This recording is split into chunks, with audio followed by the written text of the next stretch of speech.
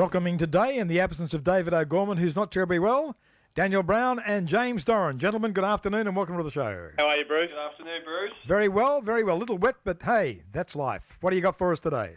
I promised Dave I wouldn't talk too much about rugby with the World Cup starting tonight because it's certainly been the buzz in the office. I can imagine. It's the buzz everywhere, I think. Yeah, and he said make sure you try and keep it to real estate. We need more listings. He's a warm and wonderful man, isn't he? It certainly is. No, I just want to...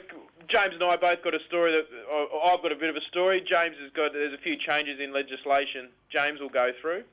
But I guess with the way what we're sort of seeing out there, there's a few people, they come to us for advice, more particular David, and I just had a case recently where a guy, a young guy, son of a friend of mine, bought a property through James about a year ago, and committed to his mortgage and was going along well, but not really getting on top of it.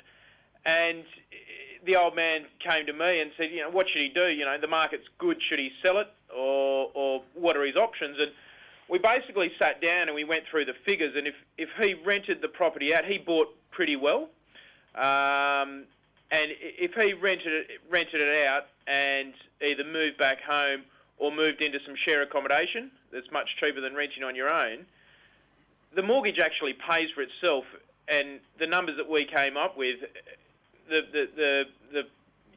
his son who owns the property couldn't believe it, that he can actually get on top of his mortgage by renting another property. And I guess people need to sort of start to think outside the square on how do you get on top of your mortgage if it's getting on top of you. The only option is not always to sell, particularly with how shortage there is of stock in the rental market. And rents are going up in this area, that's for sure. Makes good sense to me. If you can afford to keep the property and make some money out of it, why wouldn't you do it? Well, particularly when you've only bought it 12, 18 months ago. And that's the reason you talk to people like O'Gorman and Partners. Correct. Yeah, we try and think outside the square and give people the right advice rather than the advice that suits us necessarily. Well, you want them back again and again and again, and you want to be referred. So that's why O'Gorman and Partners do that kind of thing. Well, that's how we get most of our business, Bruce. Good stuff. But with the budget come out, there's a few changes in legislation that James will have a chat to you about. Take it away, James. Hey, Brucey, how you going? For an old bloke, I'm in rude health. Oh, that's always good. It's what Dave always says. You blokes, you struggle, but you get by. Well, we've reached the stage where we're in the tow-away zone and things fall off, so we just do our best. Mate, so there's a couple of legislative changes, especially for the first home buyers that have come out recently. Mainly that they're cutting the stamp duty on existing homes. You're still going to get the $7,000 grant if you haven't bought a property previously, but they're cutting the stamp duty concession. So what that means is up until $500,000,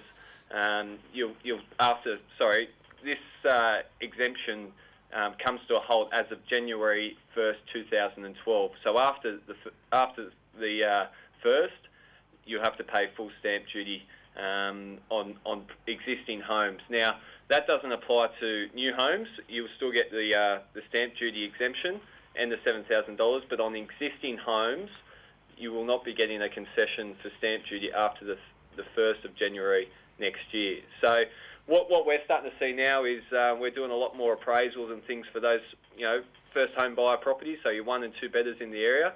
So I think that we're going to see a bit of a spur of listings towards the end of this year, with the first home buyers trying to take advantage of, their concessions, until the end of the year. So, that's what we're seeing, and I think, it's a shame that they're going to cut the concession and altogether, but, that's life and things can't last forever. Exactly. You've got to get on with it. That's all you can do. All right. Well, that's it, James. That's fantastic. Thank you for that. No, you're right, Bruce. Now, if people want to know more, they can ring you guys or the rest of the team on that famous number, 9968. 4444. That number again, James, 9968. 4444. May I say you two do this much better than the man who's on his deathbed at the moment listening to us. He's just texted in. We had a brain teaser here. The song was Singing in the Rain, or the movie was Singing in the Rain. His text answer was to me, Fred Astaire. Now, do I need to say any more? No. You can't take the St. Joseph's out of the boy, can you? I hope he's there listening when we give the answer out pretty soon. That number again, gentlemen? 9968. 4444. Anything else to tell us before you go? go the Wallabies on Sunday against Italy. I tell you what, they want to go out there and they want to smack them good and strong. Absolutely. I think we've got a very good team, Bruce. So do I. But don't forget the Shoot Shield tomorrow and Sunday. Yes.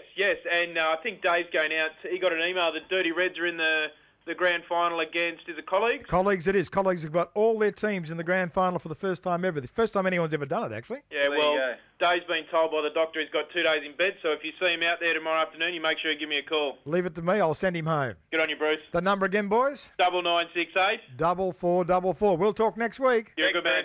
Bye-bye. Bye.